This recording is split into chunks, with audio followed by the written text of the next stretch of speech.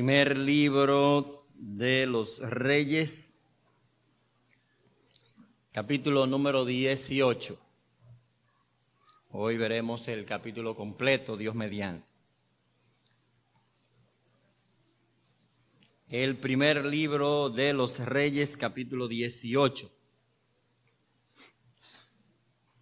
Vamos a leer 4 versículos y luego entonces estaremos leyendo el capítulo en el transcurso de la exposición. Primero de Reyes, capítulo número 18. Dice la palabra de Dios en el versículo 1. Pasado muchos días, vino palabra de Jehová a Elías en el 3er año diciendo: Ve, muéstrate a Acab, y yo haré llover sobre la faz de la tierra. Versículo número 36 y 37. Cuando llegó la hora de ofrecer el holocausto, se acercó el profeta Elías y dijo: Jehová, Dios de Abraham, de Isaac y de Israel, sea hoy manifiesto que tú eres Dios en Israel, y que yo soy tu siervo, y que por mandato tuyo he hecho todas estas cosas. Respóndeme, Jehová, respóndeme, para que conozca este pueblo que tú, oh Jehová, eres el Dios, y que tú vuelves a ti el corazón de ellos. Versículo número 41.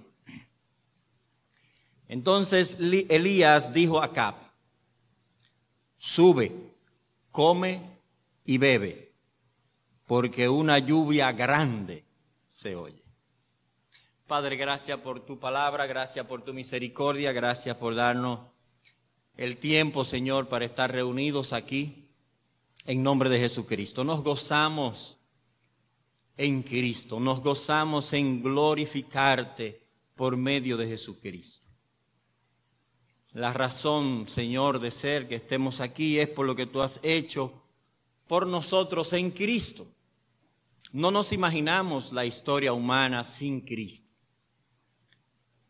Este mismo libro de Apocalipsis que leíamos ahorita nos dice que esa revelación de Jesucristo tiene como contenido la soberanía, la excelencia, la obra, el triunfo glorioso de nuestro Señor sobre todos los poderes que se oponen a ti, oh Padre Celestial, en el universo. Es el triunfo de Cristo, por eso proclamamos a Cristo y queremos vivir para Cristo. Todo ídolo va a fracasar, todo movimiento contrario a ti va a caer, y solo Cristo será exaltado, Rey de Reyes, por todas las edades. Así que pedimos, oh Padre, que tú nos guíes con tu palabra, que nos ayude y nos edifique en esta mañana. Por el mismo nombre de Jesucristo lo pedimos y por él te damos gracias. Amén y amén. Juan Emilio Bosch Gaviño, Juan Bosch, escribió en el año de 1937 un cuento titulado 2 pesos de agua. La heroína del cuento es una señora llamada Doña Remigia, que vivía en Paso Hondo con un nietecito. En Paso Hondo llevaba tiempo sin llover. Pero para no hacerle un cuento del cuento, le voy a hacer un resumen del mismo Juan Bosch aquí, del cuento. Juan Bosch narrando. La vieja Remigia dice: dele esos 2 reales a las ánimas para que llueva, le dice a doña Felipa. Sedientos y desesperados, muchos hombres habían abandonado el conuco, aparejaron sus caballos y se fueron con sus familias en busca de lugares menos secos.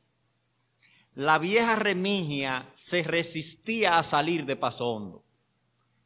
Algún día caerá el agua, alguna tarde se cargará el cielo de nubes, alguna noche romperá el canto de los aguaceros sobre el techo de Yagua. Algún día, decía doña Remigia.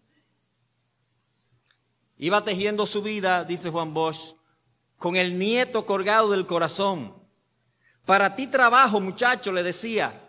No quiero que pases calores, ni que te vayas a malograr como se malogró tu taita. Taita es papá para los que no son de aquí. Todo iba bien. Pero sin saberse cuándo ni cómo se presentó aquella sequía. Pasó un mes sin llover, pasaron 2, pasaron 3. Los hombres que cruzaban por delante del bohío, el bohío era la casa de doña Remigia, la saludaban diciendo: tiempo bravo, Remigia, tiempo bravo. Ella aprobaba en silencio, moviendo la cabeza, y le contestaba: prendiéndole vela a las ánimas es que se arregla esto. La vieja Remigia se acostaba y rezaba, ofrecía más vela a las ánimas y esperaba. Las ánimas, según la visión católica, esto es un paréntesis, son las almas que están metidas en el purgatorio. La vieja Remigia, decía, se acostaba y rezaba y seguía prendiendo vela a las ánimas. Se acaba esto, Remigia, se acaba, lamentaban las viejas. Un día, con la fresca del amanecer, pasó Rosendo con la mujer, los 2 hijos, la vaca, el perro y un mulo flaco cargado de trastos. Yo no aguanto, doña Remigia. A este lugar le echaron mal de ojo. Remigia entró al bohío, buscó 2 monedas de cobre y volvió. Y le dijo a don Rosendo: tenga, préndamele estos 2 reales de vela a las ánimas en mi nombre. El éxodo seguía, la gente se seguía yendo de Paso Hondo. Cada día se cerraba un nuevo bohío. Remigia no perdía la fe. Esperaba las señales de la lluvia en lo alto. Ánimas del purgatorio, clamaba de rodillas. Ánimas del purgatorio, no vamos a morir achicharrados si ustedes no nos ayudan. Día más tarde, el potro Bayo, el caballo que ella tenía medio blancuzco, amaneció tristón e incapaz de levantarse. Esa misma tarde, el nieto se tendió en el catre en la cama, ardiendo en fiebre. Remigia se echó afuera, anduvo y anduvo llamando a los distantes, en los distantes bohíos, levantando los espíritus. Vamos a hacerle un rosario a San Isidro, decía. Salieron una madrugada, un domingo en la madrugada, y ella llevaba el niño en brazos, un viejo flaco y barbudo de ojos ardientes y acerados, con el pecho desnudo, iba delante golpeándose el esternón con las manos descarnadas, mirando a lo alto y diciendo: San Isidro labrador, San Isidro labrador, trae el agua y quita el sol, San Isidro labrador. Ya se habían ido todos. Pasó Rosendo, pasó Toribio con una hija medio loca, pasó Felipe, pasaron uno y pasaron otro. Ella le dio a todos para las velas. Pasaron los últimos, una gente a quienes no conocía, llevaban un viejo enfermo y no podían aguantar la tristeza. Ella le dio reales para las velas. En un rincón del purgatorio,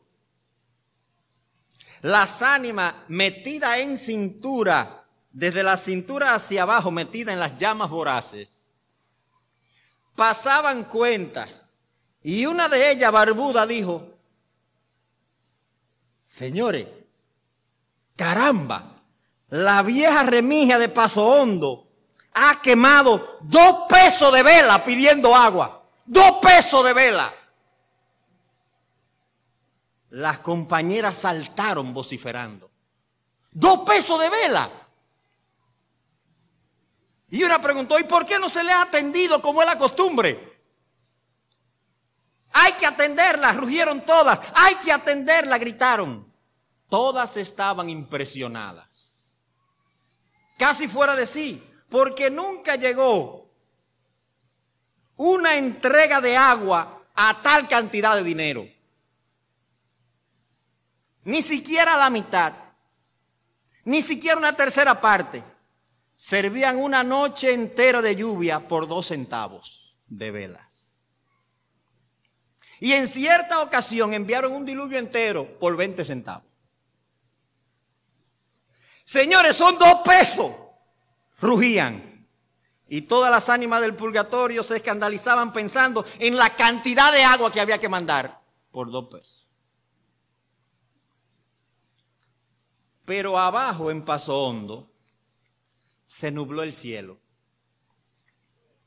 Una hora después, inmensas lomas de nubes grises se apelotaron, empujándose, avanzando, ascendiendo. 2 horas más tarde estaba oscuro como si fuera de noche.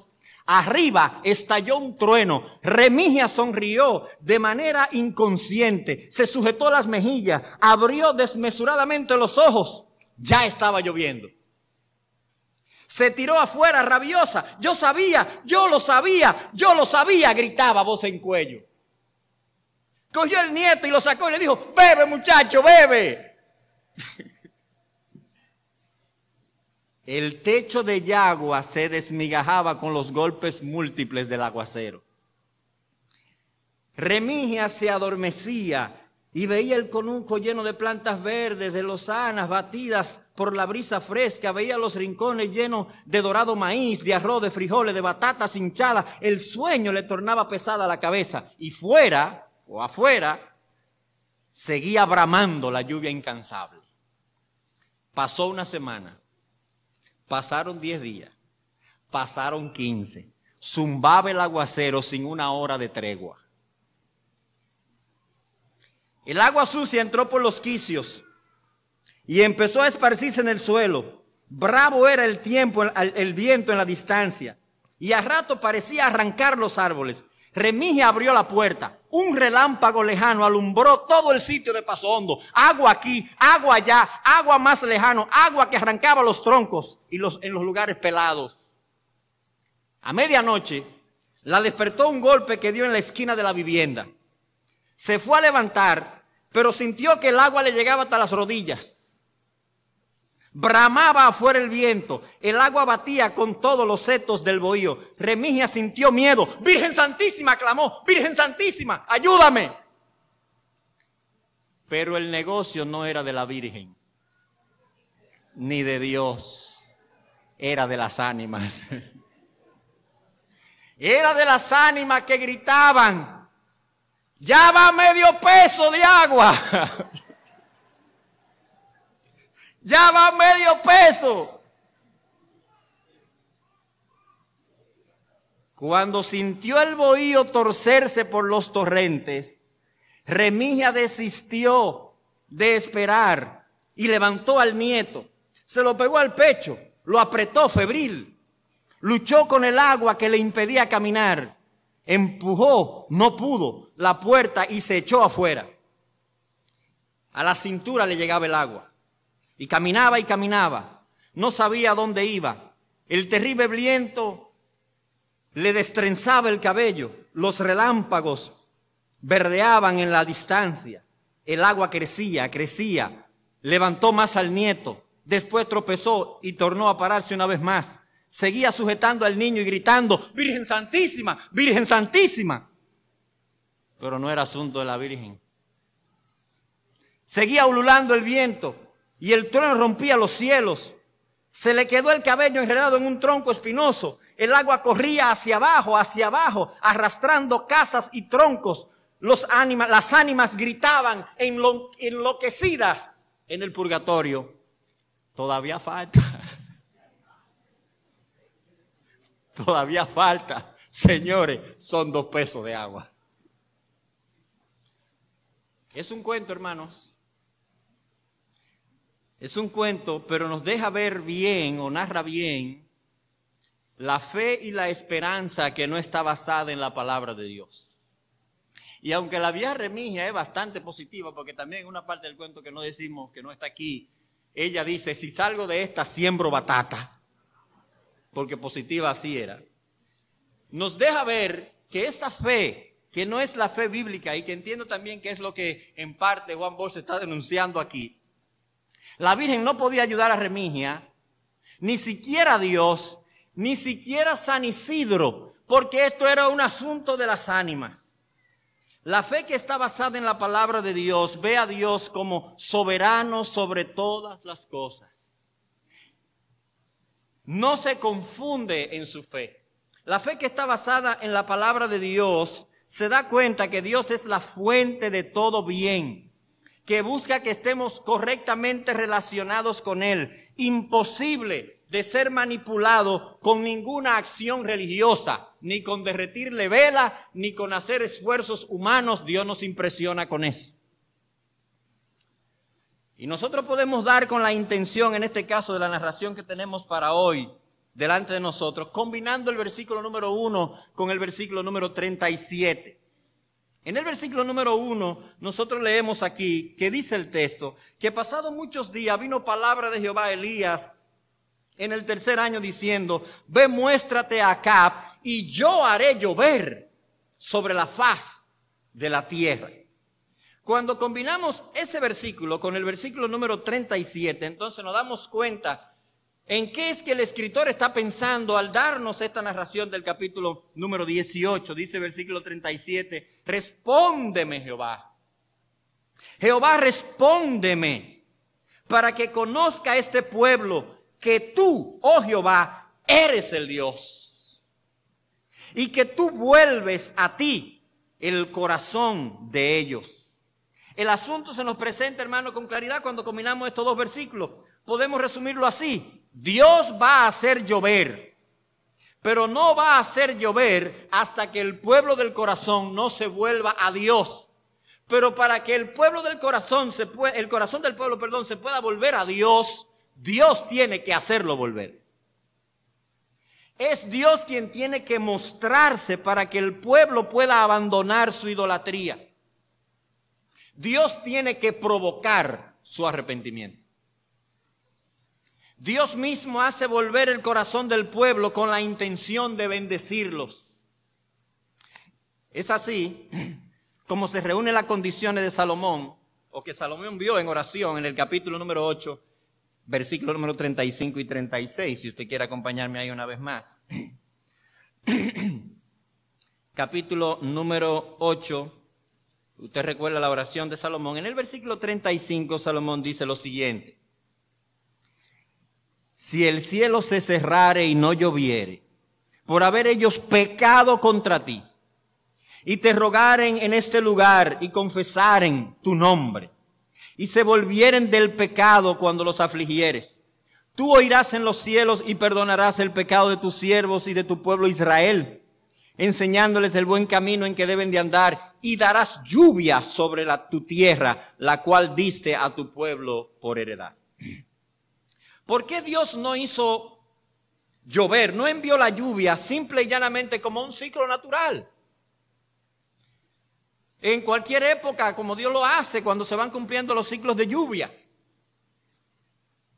¿Por qué Dios no lo hizo así? ¿Por qué Dios tenía que enviar a Elías a confrontar acá, confrontar al pueblo, que el pueblo reconociese que Dios es Dios y luego entonces enviar la lluvia?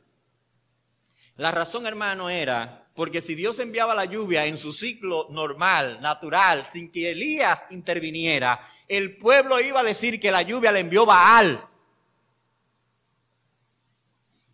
El pueblo iba a decir que la lluvia era el resultado de la bendición de sus ídolos. El pueblo iba a confirmar que su vida idolátrica y pecaminosa estaba bien, porque estaban siendo bendecidos a pesar de alejarse de Dios.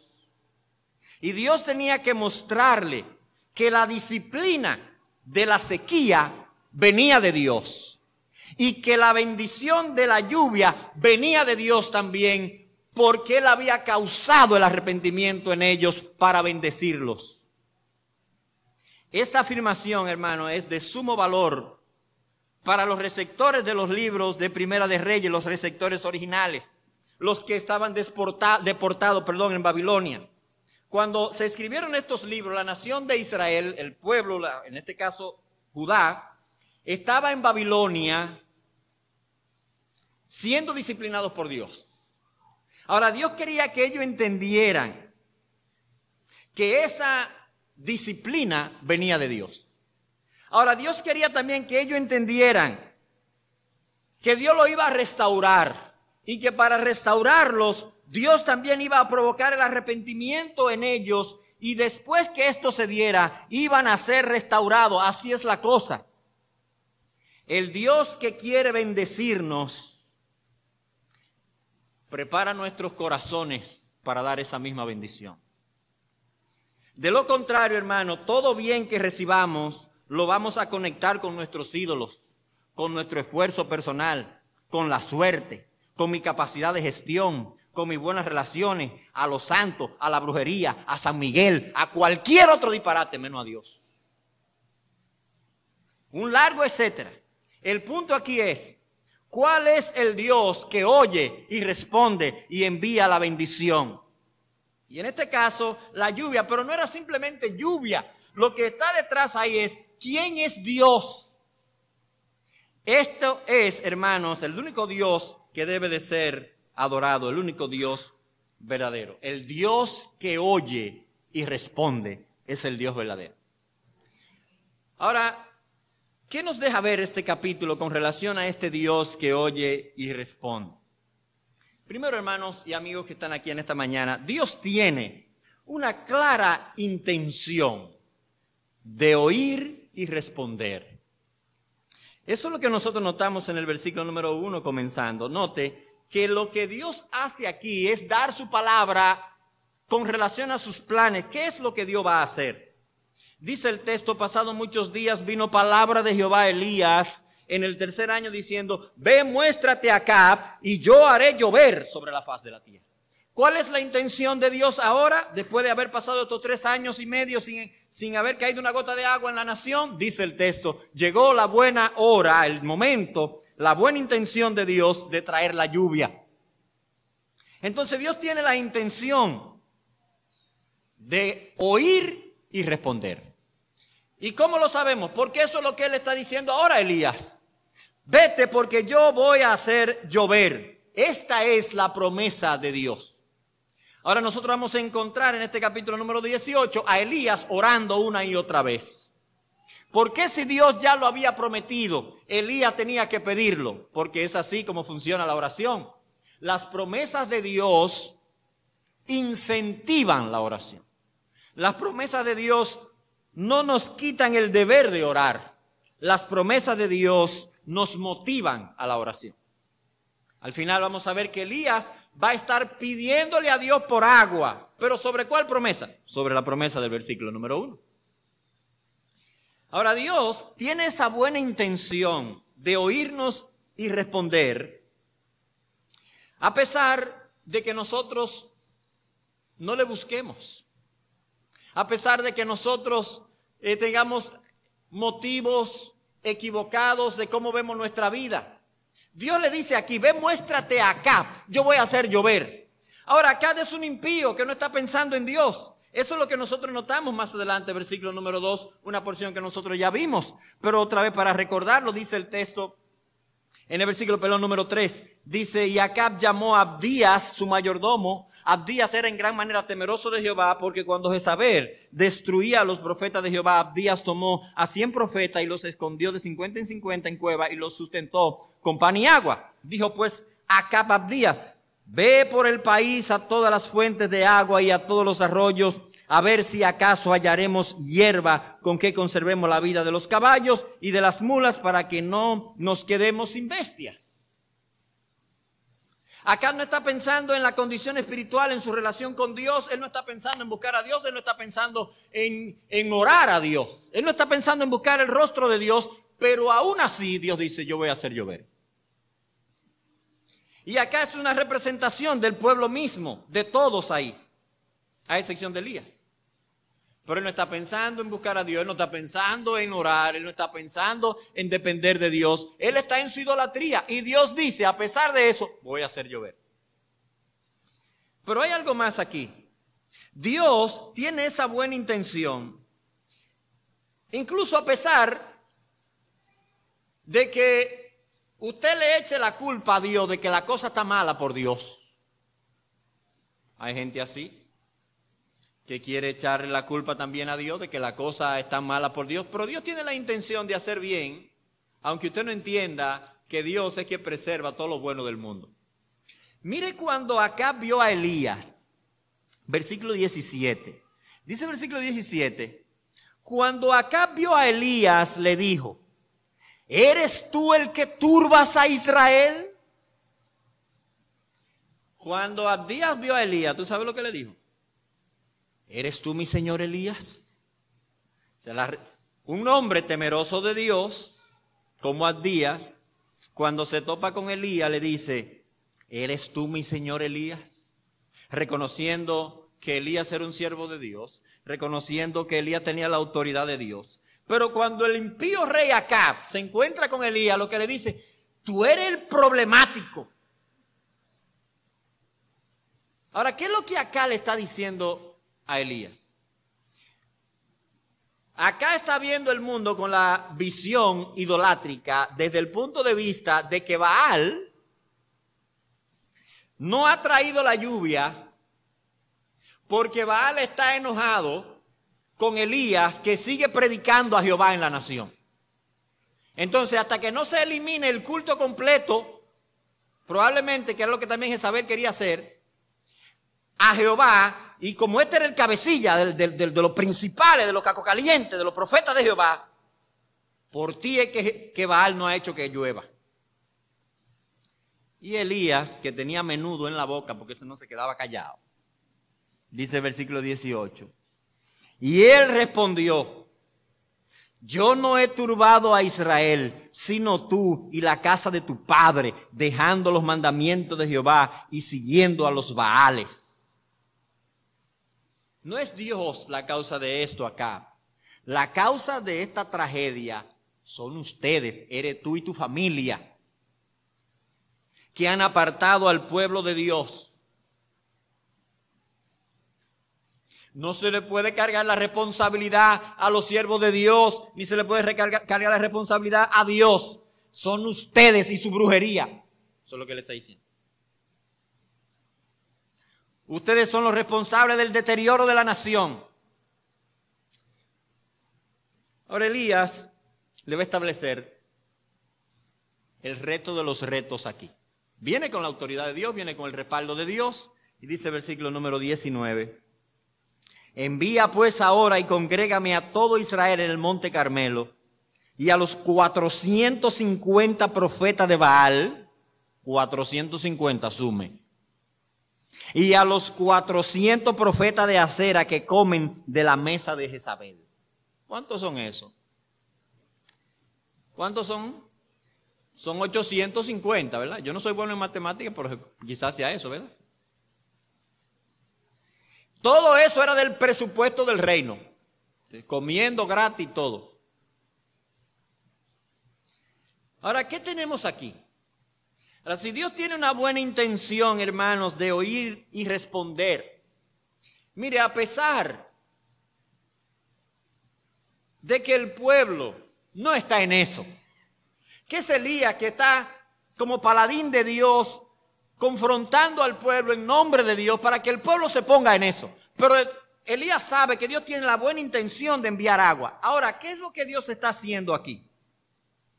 Dios está tomando una acción necesaria para que nuestros corazones se aparten de los ídolos y nosotros podamos ir a Él, que nuestro corazón pueda volver a Él y que nosotros podamos reconocer que Dios es el Dios que oye y responde. Y que nosotros podamos colocar toda nuestra confianza en Él. Y Elías ha programado una pelea entre Jehová y Baal. Y dice el versículo número 20 que acá puso todos los medios de promoción, todas las redes sociales, todos los canales de televisión, todos los canales de YouTube del Reino del Norte, lo puso al servicio de ese gran conflicto. Dice el texto, versículo 20, entonces Acab convocó a todos los hijos de Israel y reunió a los profetas en el Monte Carmelo. Imagínense toda la promoción. Jehová contra Baal. No se lo pierda. Una cosa tremenda. En esta esquina con 450 y en la otra esquina con 1. Y las apuestas, que vuelta, la gente, porque donde hay pleito y hay rebus, la gente está apostando. Dios, hermanos, debe de operar en nuestros corazones un cambio, mostrándonos que nuestros ídolos no sirven para nada, y que el único Dios que escucha y responde es Él. Ahora, ¿qué es lo que debe ser quitado? ¿Qué es lo que Dios debe operar en nuestros corazones para quitarlo? Hermano, lo primero que Dios debe quitar es un corazón dividido, un corazón que anda cojeando, un corazón que anda un pasito aquí y un pasito allí, un corazón que no termina de confiar en Dios plenamente. Dios tiene que erradicar eso. ¿Y qué es lo que nos dice de una vez Elías en el versículo número 21? Todo el público, todo el mundo, todo ahí ya reunido en el Monte Carmelo, que era casi fronterizo entre Fenicia y el reino del norte, cerca del Mediterráneo, del mar Mediterráneo. Supongo que cuando Elías le dijo que iban a tener el conflicto en el Monte Carmelo, los sacerdotes de Baal se rieron porque habrán pensado, esto es territorio de Baal. Y aquí manda Baal. O sea que le vamos a ganar este pleito de una vez. Y dice el texto, versículo 21, y acercándose Elías a todo el pueblo dijo, ¿hasta cuándo claudicaréis vosotros entre dos pensamientos? Si Jehová es Dios, seguidle. Y si Baal, id en pos de él. Y el pueblo no respondió palabra. Hermanos, Elías ve al pueblo y le dice, ¿hasta cuándo ustedes van a tener un corazón dividido? Si Baal es Dios, sigan a Baal y váyanse para el infierno y punto, ya eso es todo. Pero sean consecuentes con Baal. Pero si Jehová es Dios, tomen la decisión de seguir a Dios con corazón firme. Él lo está reprendiendo por el sincretismo, por la unión que ellos habían tenido de esta fe, de estas dos fe. Va un momento Baal, un momento Jehová. No, Baal. Y cuando si quizás estaban en algún lito, el Señor ahora. Elías le dice, ¿hasta cuándo ustedes van a estar saltando de un pie a otro? Y eso es interesante, hermanos, porque nos pasa a nosotros muchas veces también. Quizá usted ya no dice San Isidro Labrador, o Virgen Santísima, ayúdame, o prende vela a las ánimas. Pero muchas veces pensamos que la solución nuestra está en los cuartos, en el dinero, que la solución está en usted andar tratando de mostrar lo que no es, para satisfacer un hambre de identidad, un hueco en su corazón de sustancia que solamente la puede dar Dios, que solamente puede venir de Dios para llenar su vacío espiritual con cuestiones de este mundo, algo que solamente tiene el tamaño de Dios. Dice Elías, ¿hasta cuándo ustedes van a estar con esto? ¿Hasta cuándo ustedes van a estar jugando de un lado para otro? Si Baal es Dios, váyanse con Baal y que le caiga toda la maldición de Baal arriba. Y si Dios es Dios, sigan a Dios. Pero usted no puede estar en el medio de que yo estoy con Baal y que estoy con Dios. Tenemos que tomar la decisión de comprometernos plenamente con Dios. Usted sabe lo que enseña la palabra de Dios acerca del chisme, la pureza, todo eso. Pues obedezca a Dios. Y si usted no quiere obedecer a Dios, pues empiece por completo. Eso es lo que está diciendo. Pero Dios es todo o nada. Así es la relación con Dios. Es todo o nada. Y Elías le dice, ¿hasta cuándo es que ustedes van a estar así? Eso es lo primero que hay que sacar. Ahora hay que sacar también una preferencia equivocada por lo que es mayoritariamente aceptado. Dice Elías, versículo número 22. Y Elías volvió a decir al pueblo: solo yo he quedado profeta de Jehová. No solo quedaba Elías, había más. Pero en esta contienda, ahora ahí, solo está Elías. Solo yo he quedado profeta de Jehová, mas de los profetas de Baal hay 450 hombres. Parece que los 400 de Acera se quedaron. Probablemente Jezabel no lo dejó ir. Y quién sabe si Acab también está haciendo este lío sin el permiso de ella. Y dice el texto que eran 400 contra 1. Mire, uno dice, si usted va a ir siempre por lo que es popular, ¿usted sabe de qué lado de equipo usted hubiese estado aquí? ¿A quién usted hubiese estado apostando? O sea, si usted se iba a ir por la opinión pública, ¿usted sabe de qué lado usted hubiese estado? O sea, si ya hace la encuesta, hubiésemos enviado a ¿cuál encuestadora? ¿Cuál? La más seria. La Gallup. Haga una encuesta. ¿Cuál es que va a ganar de estos dos en este pleito entre Jehová y Baal? Ay, la encuesta Gallup da que Baal tiene un 90%. Y ahí está usted y yo, opinando. Entonces a veces mucha gente está esperando a ver hacia dónde se va la multitud. No es si es verdadero, si es verdad, si es lo correcto, sino ¿qué es lo más popular?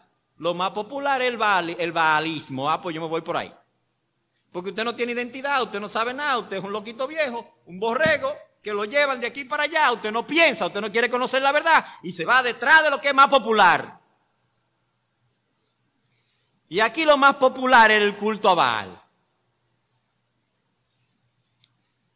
Y ese corazón dividido tiene que ser erradicado. Y esa preferencia por lo más popular tiene que ser erradicado. Pero tiene que ser erradicado también esa religión falsa, esa práctica de religión falsa que busca impresionar a los dioses y manipular a los dioses. ¿Qué es lo que tenemos aquí? Mire el versículo 23. Dice el texto. Elías lo plantea. Désenos pues 2 bueyes y escojan ellos uno y córtenlo en pedazos y pónganlo sobre leña. Pero no pongan fuego debajo. Y yo prepararé el otro buey y lo pondré sobre leña. Y ningún fuego pondré debajo. Invocad luego vosotros el nombre de vuestros dioses. Y yo invocaré el nombre de Jehová. Y el Dios que respondiere por medio de fuego, ese sea Dios. Y todo el pueblo respondió diciendo, está bueno ahí. Está bueno, está bien así. Los profetas de Baal entienden aquí también que van de robo. Porque Baal es el dios de los truenos y de los rayos. Tiene un arco. Cuando lo lanza son rayos. Es en la cosmovisión fenicia de Baal. Baal cabalga sobre las nubes y tiene rayos. Oh, fuego, eso es fácil. Baal lo va a prender todo. Esta gente de Baal era más positivo que la vieja Remigia. Porque cuando estamos engañados por la falsa religiosidad, pensamos que sí, que va a funcionar. También, en el fondo, si no caía fuego por parte de Baal, quizá ellos tenían la esperanza de que tampoco cayera fuego por parte de Jehová. Y si había una tabla, de todo modo ellos ganaban. Porque al fin y al cabo la gente, como quiera, creía más en Baal que en Jehová. Entonces, como se dio la tabla, ellos iban a seguir con su propia fe en Baal. Así que ellos de todo modo aceptan. Dice versículo 25, entonces Elías dijo a los profetas de Baal, escogeos un buey y preparadlo vosotros primero, pues que sois los más, e invocad el nombre de vuestros dioses, mas no pongáis fuego debajo. Y ellos tomaron el buey que les fue dado y lo prepararon, e invocaron el nombre de Baal desde la mañana hasta el mediodía, diciendo, y esta es la palabra clave de toda esta sección, responder, respuesta, responder, esa es la clave, dice el texto, Baal, respóndenos. Pero no había voz, ni quien respondiese. Entre tanto, ellos andaban saltando cerca del altar que habían hecho todo el día, la mañana entera. Baal, respóndenos. Imagínense, como ellos tenían todos los recursos del Estado, eso debieron de haber sido unas 6 horas. Porque simplemente Baal, respóndenos, Baal, respóndenos, Baal, respóndenos. Quizá la gente dice, ¿pero y qué fue? No, pero eso era ahí con... ahora vienen los que tienen las danzas. Baal, respóndenos. Y después entonces iban a venir lo más profundo, los profetas que son los de allá, de adentro. Iban a venir con sus oraciones más profundas. Baal, Dios del trueno, Dios que cabalga sobre las nubes, rayos sobre el sacrificio. Nada. Pero la cosa se va desesperando, entonces ya tienen que usar los métodos extremos, donde hay que impresionar a Baal, donde hay que impresionarlo realmente. Versículo número 27. Y aconteció al mediodía que Elías se burlaba de ellos diciendo, gritad en alta voz, porque Dios es. Quizás está meditando o tiene algún trabajo y no puede atender 2 cosas al mismo tiempo. O va de camino y alguno entiende que el va de camino significa quizás está para el baño. O tal vez duerme y hay que despertarle. Porque en la cosmovisión fenicia también de Baal se entendía que cuando había sequía Baal estaba durmiendo. Y que había que despertarlo para que entonces viniera la prosperidad, viniera la lluvia, etcétera, etcétera. Así que Elías está burlándose de la cosmovisión de Baal delante de sus profetas. Versículo 28. Y ellos clamaban a grandes voces y se sajaban con cuchillos y con lancetas conforme a su costumbre, hasta chorrear la sangre sobre ellos. Imagínense usted el espectáculo. Baal, respóndenos. Y ya tienen la sangre por todos lados. Esa sangre mezclada con sudor ahí. Y ellos dando vueltas y brincando en el altar. Porque así es la religión falsa. Es el esfuerzo humano por tratar de sorprender a los dioses. Para que los dioses, wow, qué cosa más grande. Ay, sí hay que atenderlo. Como doña Remigia, quémele eso de vela. Bueno, quémele eso de vela. Pásemelo, quémeselo de vela. Juan Bosch era un genio, hermanos, haciendo cuentas. Pues aquí están ellos también,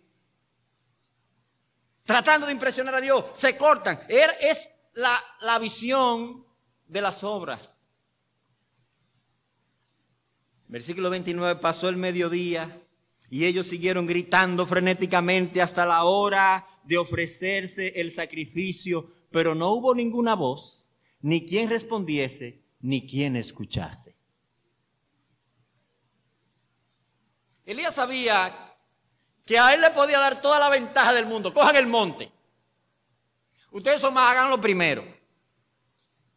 Agarren el día, el momento. En el mediodía era que ellos estaban esperando la respuesta. Porque el mediodía era que estaban, ellos dicen, ay, de aquí es que va a salir el rayo de este solazo. Y va a prender el sacrificio. Ahora, hermanos, Dios tiene que desprender esa ritualidad falsa de nuestros corazones.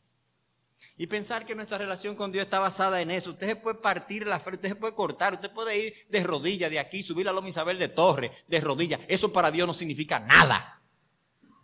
Absolutamente nada. Si usted no está correctamente relacionado con Dios, lo que usted hace para tratar de impresionar a Dios no significa nada. Es un ritual de manipulación. Ahora, ¿qué es lo que debe ser colocado en nuestros corazones? Versículo número 30 en adelante. Lo primero que uno debe tener, hermano, es una relación renovada con Dios en base a lo que Dios ha comunicado en su palabra. Es una relación con Dios en base a Dios. ¿Cómo es Dios? ¿Cómo es que debemos relacionarnos con Dios? ¿Cómo ha sido la historia de la revelación? ¿Cómo es que Dios se ha relacionado con su pueblo a través de la historia? ¿Sabe cómo es? Es por lo que Dios hace por nosotros y no por lo que nosotros hacemos por Él. Mire cómo dice el versículo número 30. Entonces Dijo Elías a todo el pueblo: acercaos a mí. Dejen esos disparatosos ya, acercaos a mí. Y todo el pueblo se le acercó. Y mire esto, hermano. Y él arregló el altar de Jehová que estaba arruinado. Entendemos que había un lugar alto ahí en el Monte Carmelo donde también se adoraba a Dios. Ya estaba el lugar por excelencia, que era en Judá, el templo que se había hecho el Señor, pero los lugares altos todavía había, antes del templo eran tolerados, más o menos legítimos, y probablemente había un altar ahí, o había un altar de Jehová, donde era conocido que se ofrecían sacrificios a Jehová. Pero con el auge y el afán de adorar a Baal y lo progresista del tiempo de Acab, dice el texto que el altar de Jehová estaba arruinado. Ahí había rato que no se hacía un culto para nada. Ahí había rato que no se invocaba el nombre de Dios. Ahí había rato que no se había hecho un sacrificio para nada. ¿Y qué es lo primero, hermanos? Hay que restaurar el lugar de adoración, que es lo que Elías está diciendo. Es el lugar de adoración, es lo primero que hay que restaurar.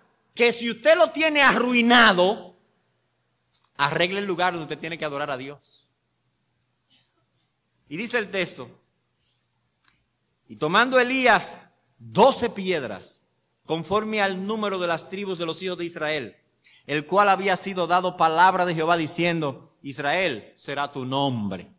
Entonces mire, él toma 12 piedras y dice: esto es en conformidad a la historia de la nación a quien Dios le habló. O sea, Israel es Israel, no porque yo me voy a hacer Israel, yo me voy a hacer el pueblo de Dios. No, dice el texto aquí, dice el narrador, que Dios le había dado palabra, Dios le había hablado. Entonces ellos eran nación de Dios porque Dios había dicho. Y él toma 12 piedras, pero usted sabe que este es el reino del norte, que se dividió. Él no agarra 10 piedras. Él no agarra 10 piedras y dice: como estamos en el norte y el norte tiene 10 tribus, vamos a poner 10 piedras. Porque la tribu de Benjamín y la tribu de Judá están en el sur. No, él agarró 12. ¿Por qué? Porque la adoración en Israel es lo que le da unidad al pueblo. Él está diciendo: son 12 piedras porque es el mismo Dios. No importa que haya un reino en el sur, un reino en el norte. Es el mismo Dios de ambos pueblos porque hay unidad por el Dios que adoran o deben adorar. Y él puso las 12 piedras en base a la historia de la nación. Y dice el versículo número 32: edificó con las piedras un altar en el nombre de Jehová. Después hizo una zanja alrededor del altar en que cupiesen 2 medidas de grano, pero no es grano que le van a echar agua. Entonces él le dio ventaja a aquello y ahora se está poniendo en desventaja él. Preparó luego la leña y cortó el buey en pedazos y lo puso sobre la leña. Y dijo: llenad 4 cántaros de agua y derramadla sobre el holocausto y sobre la leña. Probablemente era agua del Mediterráneo, ahí mismo, que no estaba muy lejos. Y dice el texto: hacedlo otra vez, los 4 cántaros. Y otra vez lo hicieron. Dijo aún: hacedlo la tercera vez. Y lo hicieron la tercera vez. ¿Y 4 por 3 cuántos son? 12 todavía, ¿verdad?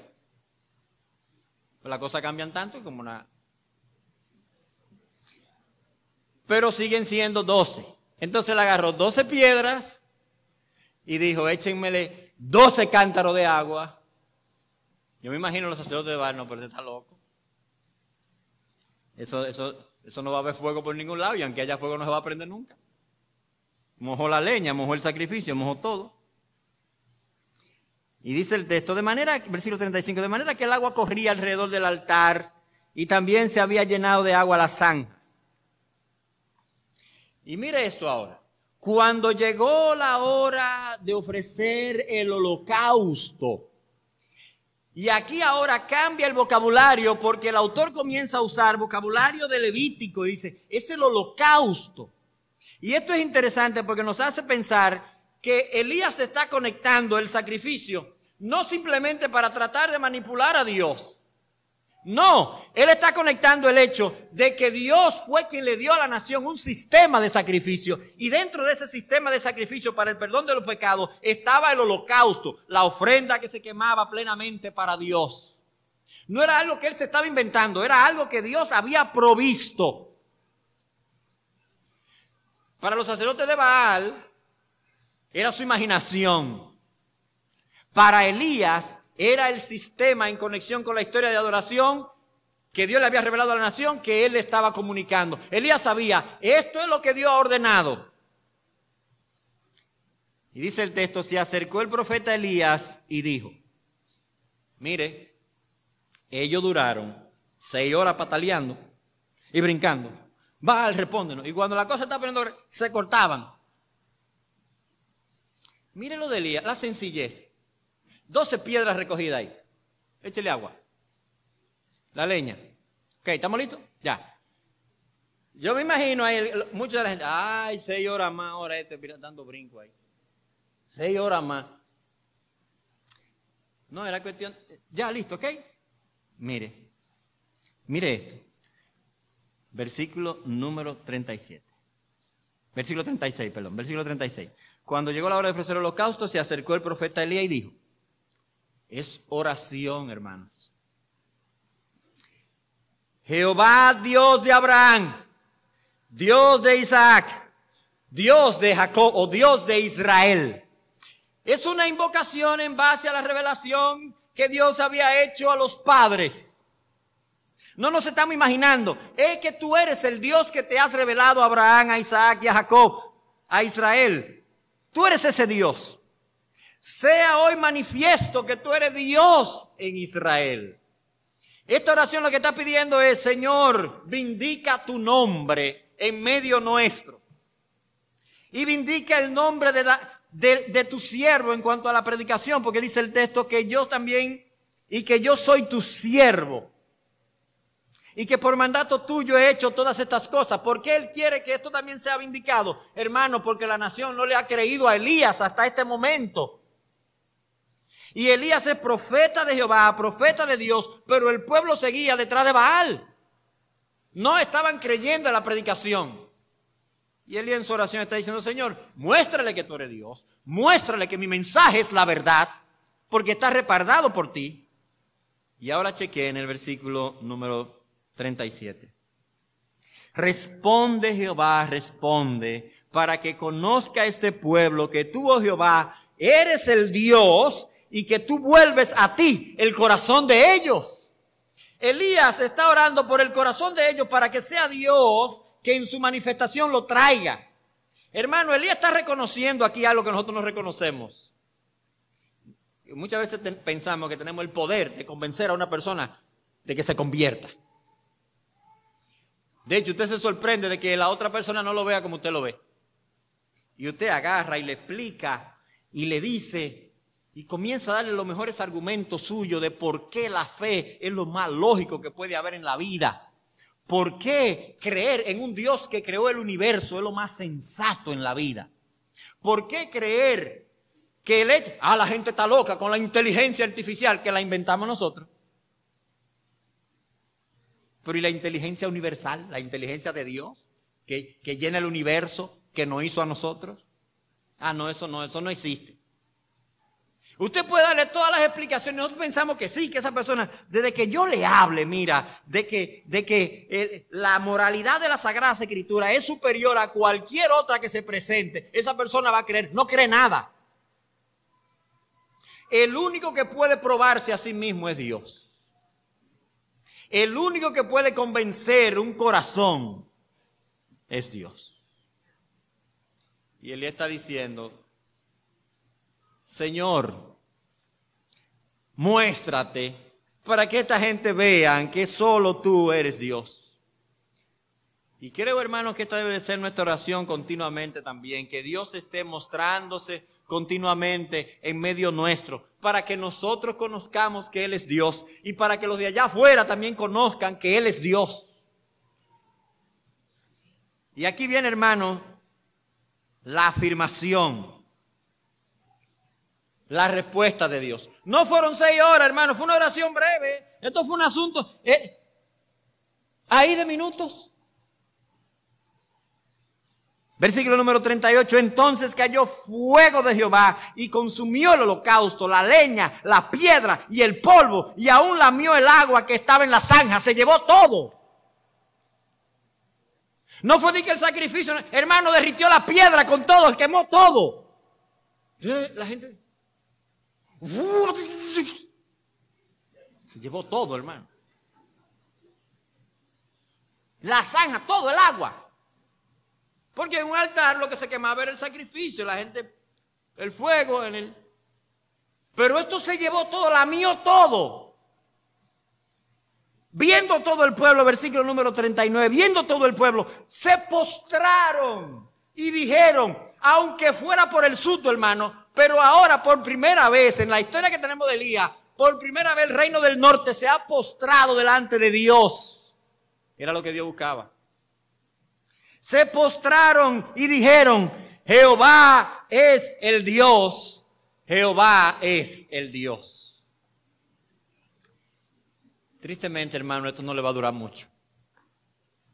Pero en la escena que tenemos, ellos han reconocido que solo Jehová es Dios. Que no hay ídolo que pueda ayudarte. Que no hay ídolo que pueda salvarnos, que no hay ídolo que pueda escucharnos, que solamente Jehová es Dios.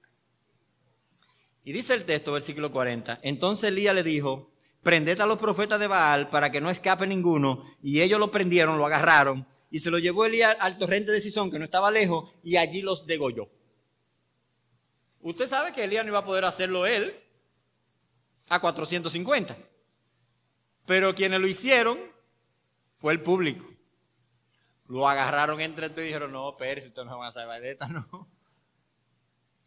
Ahora, hermanos, si hubiese sido al revés, Elías no le hubiese dado a pelliquito para que se lo comieran vivo.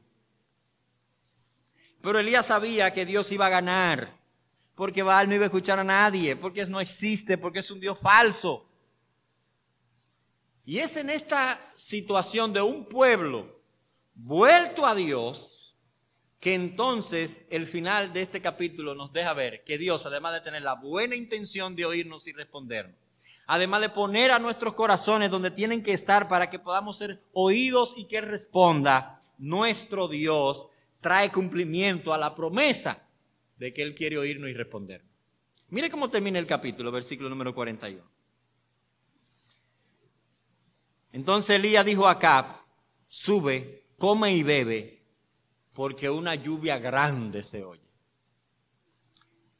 En 2 pesos de agua hay una parte que tampoco mencionamos. Hay un señor que le dice a doña Remigia, salga de aquí, que esto se está poniendo feo. Y ella lo atendió al hombre ese día en la casa, le dio café y todo eso. Y ella le dijo, yo no me voy. Yo no me voy de aquí. El hombre se fue, cogió su caballo y se fue y dijo, va a llover feo, yo lo he visto esto. Esta es una niega, esta es la niega. Y dice, no, yo no me voy. ¿Sabe lo que le dice aquí Elías a Acab? Oye, vete para un sitio donde el agua no te alcance. Porque yo oigo una lluvia que viene, pero no ha caído, hermano, una gota de agua todavía. Y Elías le dice, oye, oigo una lluvia que viene. ¿Y de dónde saca Elías eso? Del versículo 1.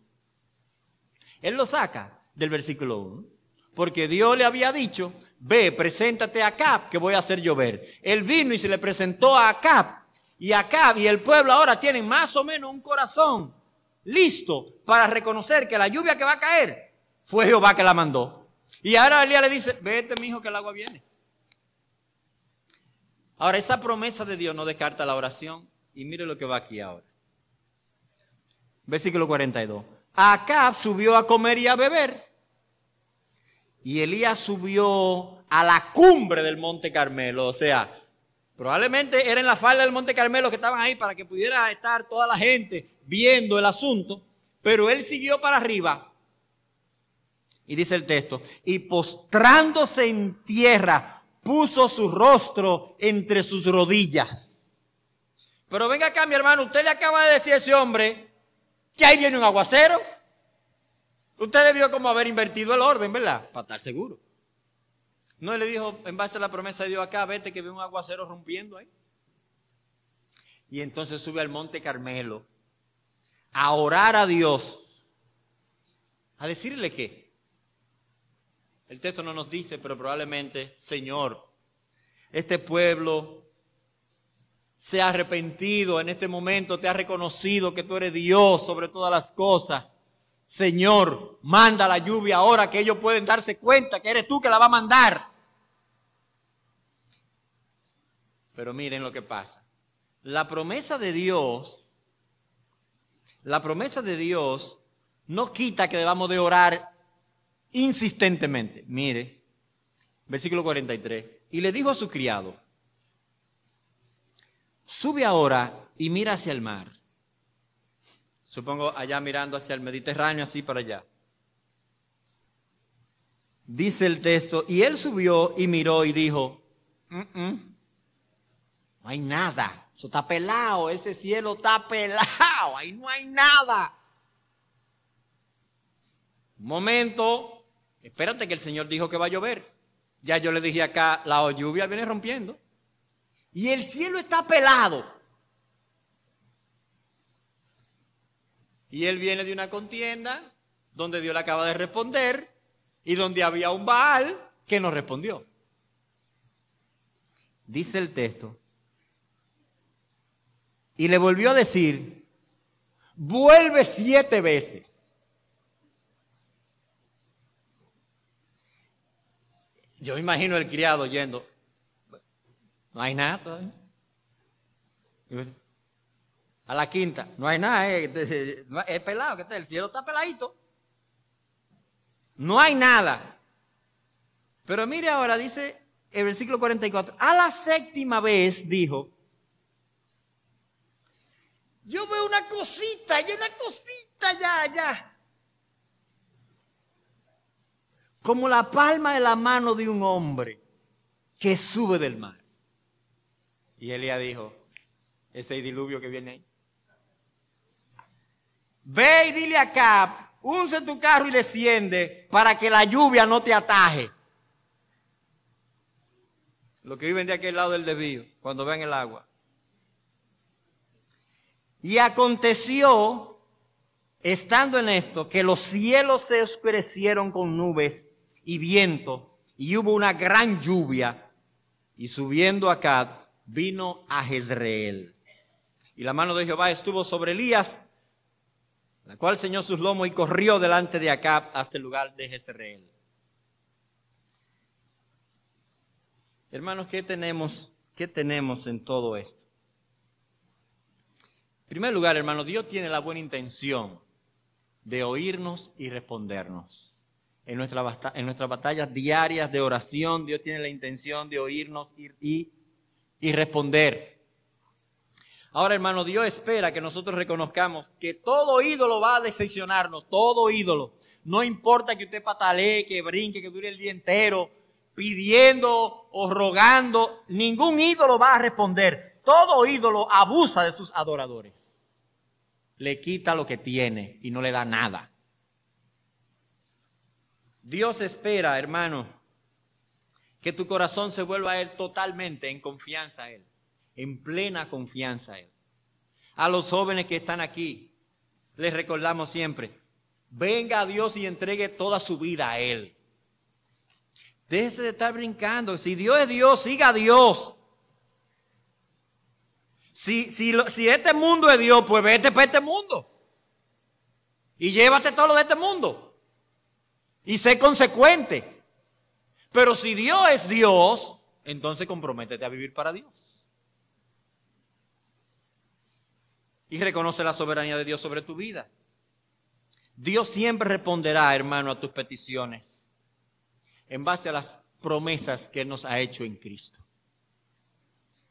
La resurrección de Cristo, la vida de Cristo, la obra de Cristo, la enseñanza de Cristo es la mayor manifestación del poder de Dios para despertar nuestra fidelidad a Él.